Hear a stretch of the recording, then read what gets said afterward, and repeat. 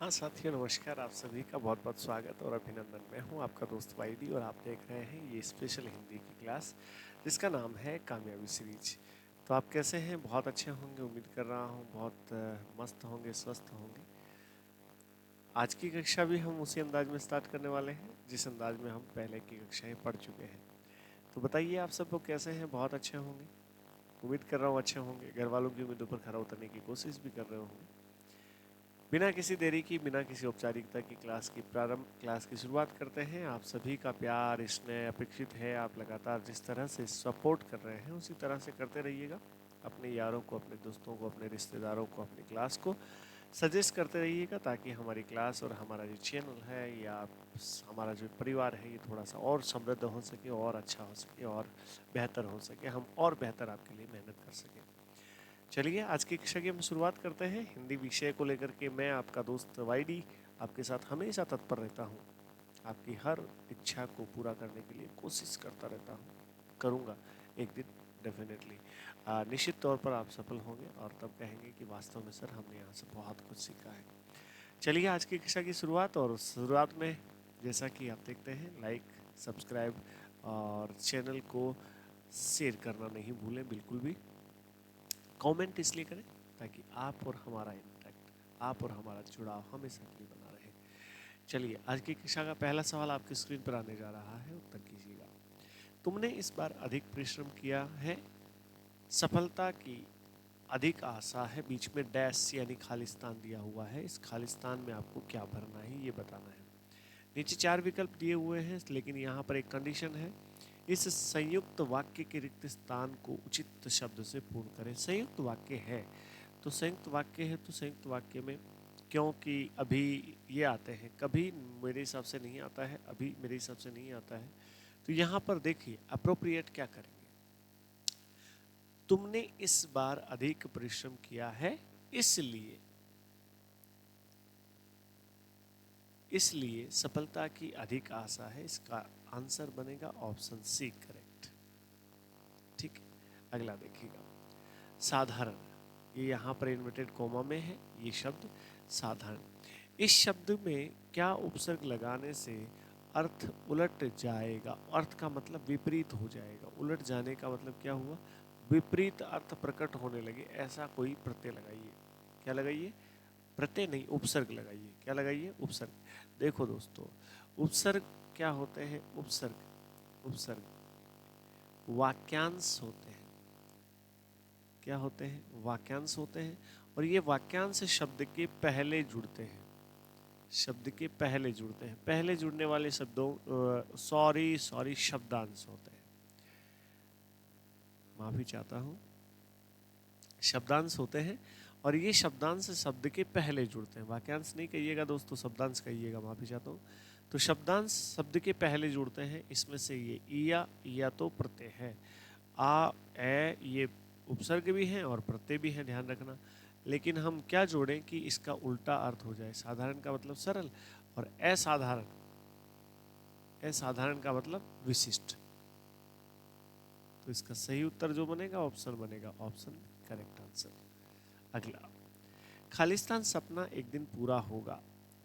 इस अन्य पुरुष वाक्य के रिक्त स्थान को उचित शब्द से पूरा करें। अन्य पुरुष है, देखो दोस्तों, जो पुरुष होते हैं, पुरुष 3 होते हैं ये आप जानते हैं। एक होता है आपका उत्तम पुरुष, कौन सा होता है जी? उत्तम पुरुष। एक होता है आपका मध्यम पुरुष, मध्यम पुरुष। एक होता है आपका अन्य पुरुष। क्या होता है? अन्य पुरुष। अब ध्यान देने लायक बात यह है कि उत्तम पुरुष में क्या होता है? उत्तम पुरुष में वक्ता होता है। क्या होता है? वक्ता। मध्यम पुरुष में क्या होता है? इसमें श्रोता होता है। ये उत्तम पुरुष वक्ता को कहते हैं, मध्यम पुरुष वाक्य में श्रोता को कहते हैं, और अन्य पुरुष जिसके विषय में बात होती है उसे अन्य पुरुष कहा जाता है। जिसके विषय में बात हो। यहाँ पर क्या दिया हुआ है? अन्य पुरुष। तो देखना, मैंने तो बोलने वाला हुआ तो ये तो वक्ता हुआ, इसका मतलब उत्तम पुरुष हुआ, ये नहीं हो सकता। उसका, हाँ जी बिल्कुल अन्य पुरुष है। इसका, उसका अन्य पुरुष है, बिल्कुल ये सही उत्तर है। मुझको उत्तम पुरुष हुआ। मेरा, देखो मुझको, मेरा, मैंने, ये तो सब के सब उत्तम पुरुष के ही उदाहरण हुए ना, इसलिए ये नहीं हो सकते। ऑप्शन बी इसका सही उत्तर है। ठीक है, नेक्स्ट। यह घर बड़ा है। इस किस एक शब्द से, एक शब्द के प्रयोग के कारण इस वाक्य में पुल्लिंग की अभिव्यक्ति हुई। पुल्लिंग, ये वाक्य पुल्लिंग है। ये कौन सा शब्द बता रहा है? घर नहीं, घर नहीं बता रहा है। ये देखो, ये बड़ा शब्द लिखा हुआ है, ये बड़ा, बड़ा नहीं तो यहाँ पर स्त्रीलिंग होता तो लिखा होता बड़ी है, तो याद रखना। नहीं तो इस बड़ा को अगर मैं बड़ी कर दूं तो ये स्त्रीलिंग हो जाएगा। तो याद रखना option B correct answer. Clear है? सीता बाजार से आई थी, इस वाक्य में किस एक शब्द के प्रयोग से यह वाक्य संभाव्य वर्तमान काल का उदाहरण बन जाएगा? संभाव्य वर्तमान काल है। देखो काल 3 होते हैं और वर्तमान काल में है, होता है, ती है, ते हैं, होता है वर्तमान काल में। तो याद रखना, अगर थी है, बाजार से आई, आपने वर्तमान काल पूछा है, थी तो हो ही नहीं सकता, थी तो भूतकाल में हो जाता है। हो संभाव्य सही है, ये भी सही है और ये भी सही है, वर्तमान काल के दोनों ही बिल्कुल ठीक है। लेकिन सीता बाजार से आई है, अगर ऐसा होता तो ये सामान्य वर्तमान का हो जाता। लेकिन सीता बाजार से आई हो, ये कंफर्म नहीं है, आई है कि नहीं आई है, इसलिए ये बन जाता है आपका, जो आपका संभाव्य वर्तमान काल का उदाहरण। क्लियर है? ओके। अगर मैं जल्दी, यहाँ पर खालिस्तान, तो आज सामान जरूर मिल खालिस्तान, किस एक शब्द के प्रयोग से? एक ही शब्द दो जगह प्रयोगित करना है आपको। गया गया कर लो, आया आया कर लो, आता आता कर लो, या जाता जाता कर लो। अगर मैं जल्दी गया तो सामान जरूर मिल गया, भैया ऐसा नहीं है, भूतकाल का वाक्य बनेगा। किसका बनेगा? भूतकाल का वाक्य बनेगा। भूतकाल का बन तो रहा है लेकिन मिल गया, तो ये वाक्य जो है वो सही सटीक नहीं बैठ रहा है। आया नहीं, आता नहीं। अगर मैं जल्दी आता तो आज सामान जरूर मिल जाता, मैं जाता तो सामान जरूर मिल जाता। ये इसका ऑप्शन डी करेक्ट आंसर है। दोनों में बिठा करके देखिएगा, ये जाता और ये जाता। क्लियर? नेक्स्ट। छत खालिस्तान उतरी हुई लता, किस चिन्ह का प्रयोग न होने के कारण यह वाक्य अपादान कारक का उदाहरण नहीं हो सकता? देखो कौन सा इनमें से चिन्ह नहीं है? चिन्ह, किस चिन्ह का प्रयोग न होने के कारण, होने के कारण यह अपादान का, हाँ बिल्कुल, यह से अगर चिन्ह नहीं लगाओगे तो यह अपादान का कैसे हो सकता है? छत से उत्तरी, उत्तरी यानी अलग होना, और अपादान में क्या होता है? से अलग होना। से अलग होने का भाव ही तो आता है वहाँ पर अपादान, अपादान में जो कारक चिन्ह होते हैं वहाँ पर। तो इसका सही आंसर बनेगा ऑप्शन 3। क्लियर है? नेक्स्ट। खालिस्तान ऐसी बात नहीं होगी, इस वाक्य के रिक्त स्थान को अव्यय शब्द से पूरा करें। अव्यय शब्द से पूरा करें। देखें कैसे पूरा करते हैं, देखते हैं। ऐसी बात नहीं होगी, इस वाक्य के रिक्त स्थान को अव्यय शब्द से पूरा करें। देखते हैं साथियों, अगर मैं यहां पर लिख दूं विगत वर्ष से ऐसी बात नहीं होगी, विगत मतलब बीत चुकी है, तो फिर आगे कैसे नहीं होगी, इसकी गारंटी आप कौन कैसे दे सकते हैं? युगों से नहीं, अब से ऐसी बात नहीं होगी। ऑप्शन नंबर 3, ये बहुत आसान और सरल है। ऑप्शन नंबर 3 क्या कहता है? अब से ऐसी बात नहीं होगी। अगला, लड़की खेलती है, अगर इस वाक्य को बहुवचन में परिवर्तित करना हो तो क्या होगा? तो वाक्य होगा जी लड़कियां। एक तो यही होगा, क्या होगा? लड़कियां, और फिर खेलती, ये तो ठीक है, लेकिन है यहाँ पर ये होगा लड़कियां खेलती हैं। ऑप्शन देख लो, ऑप्शन ये रहा सी, ये रहा लड़कियां खेलती हैं, option C correct answer. Next, अगला सवाल देखो।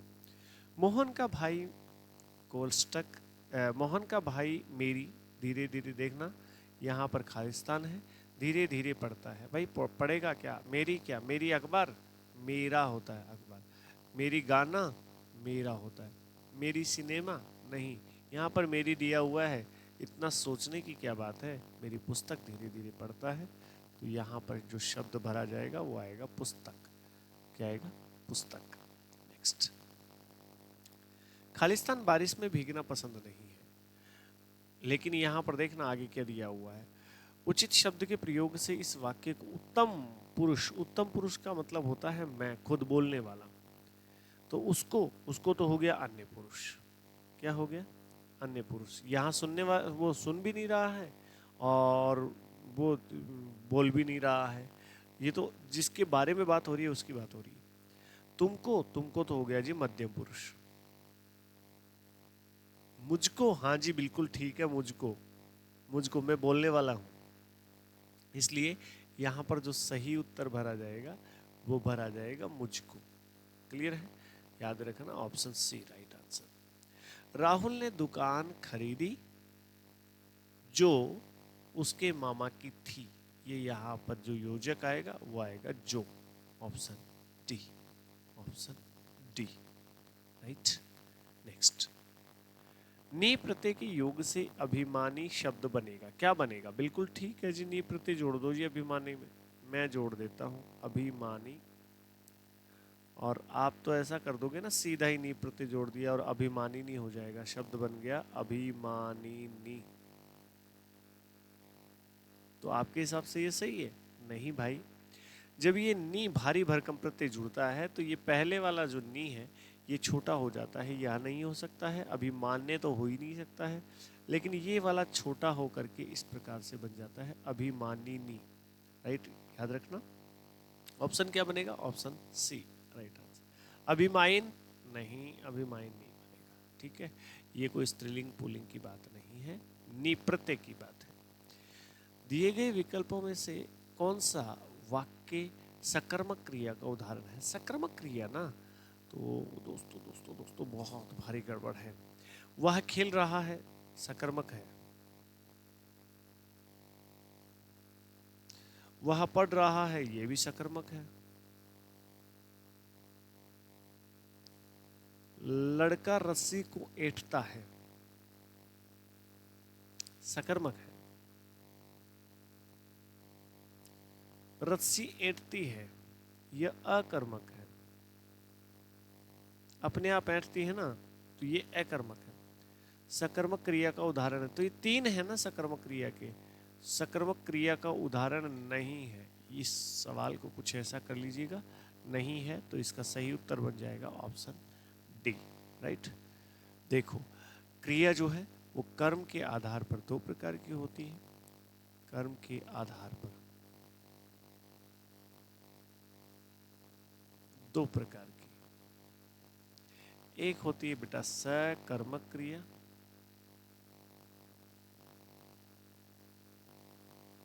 दूसरी होती है अकर्मक क्रिया।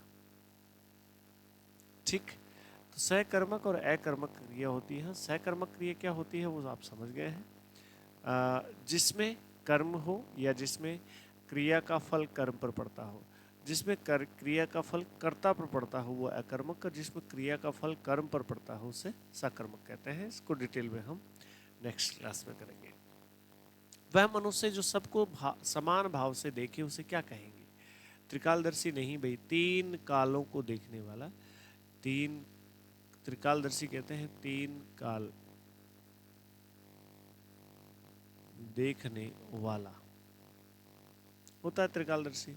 युगदर्शी युग को देखने वाला, एक युग को देखने वाला। कालदर्शी काल को देखने वाला,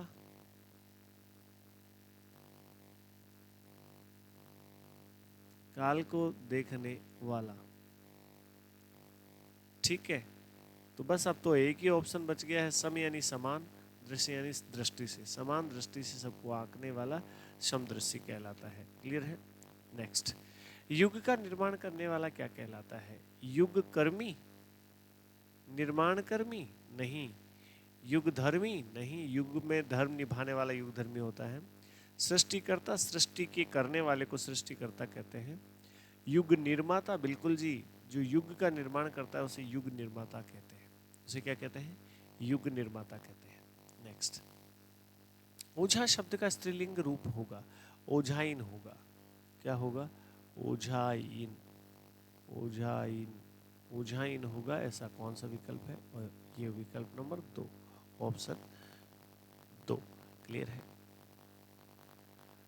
वह पुस्तक पढ़ता है खालिस्तान, इस वाक्य में किस एक शब्द की पूर्ति से यह वाक्य सामान्य वर्तमान काल का उदाहरण बन जाएगा? सामान्य, पढ़ता है, सामान्य है को मिला दो ना। वह पुस्तक पढ़ता है, बिल्कुल ठीक है, ऑप्शन सी करेक्ट आंसर। ठीक, आराम से मिल जाएगा, देखो आराम से दिख भी रहा है, आसान है, बड़ा आसान है। तुम घर क्यों जा रहे हो, इस वाक्य में पूर्ण विराम की जगह क्या होना चाहिए? तुम घर क्यों जा रहे हो, यहाँ पूर्ण विराम लगा है, यहाँ नहीं होना चाहिए भैया, क्योंकि बीच में क्यों है और क्यों जहाँ आ जाए तो वहाँ तो प्रश्न लग ही जाता है। तो यहाँ पर प्रश्नवाचक चिन्ह होना चाहिए था, यहाँ पूर्ण विराम नहीं होना चाहिए था। ठीक, और मैं दिल्ली नहीं खालिस्तान भविष्यत काल की दृष्टि से रिक्त स्थान पर उचित शब्द कौन सा होगा? मैं दिल्ली नहीं जाऊंगा, ये भी ठीक है। मैं दिल्ली नहीं गया, गया तो भूतकाल हो जाता। मैं दिल्ली नहीं जाता, वर्तमान हो जाता। मैं के साथ में गए बहुवचन तो आता ही नहीं है, इसलिए इसका सही उत्तर और बनेगा ऑप्शन ए, मैं दिल्ली नहीं जाऊंगा, आने वाले समय में नहीं जाऊंगा। तो मेरे हिसाब से ये आज की कक्षा के 20 सवाल थे, आपको क्लियर भी हो गए होंगे, बहुत अच्छे से क्लियर हो गए होंगे। थोड़ा सा फास्ट चलना पड़ेगा क्योंकि अब आपकी समझ बन चुकी है। हम पेपरों को लेकर के डिस्कस कर रहे हैं, पिछली परीक्षाओं में पूछे गए सवालात हैं। आपकी जो रीच है, आपकी जो पहुंच है, वो किस हद तक बन चुकी है, मैं जानना चाहता हूँ। चलिए आज की कक्षा को तो यहीं विराम देते हैं, मिलते हैं अगली क्लास में। तब तक के लिए आप अपना ख्याल रखिए, अपने घर वालों का ख्याल रखिएगा और चैनल का ज़रूर ख्याल रखिएगा, क्योंकि ये भी आपकी परिवार, ये भी आपकी फैमिली का ही एक हिस्सा है। मिलते हैं नेक्स्ट क्लास में, तब तक के लिए इजाज़त दीजिए, नमस्कार।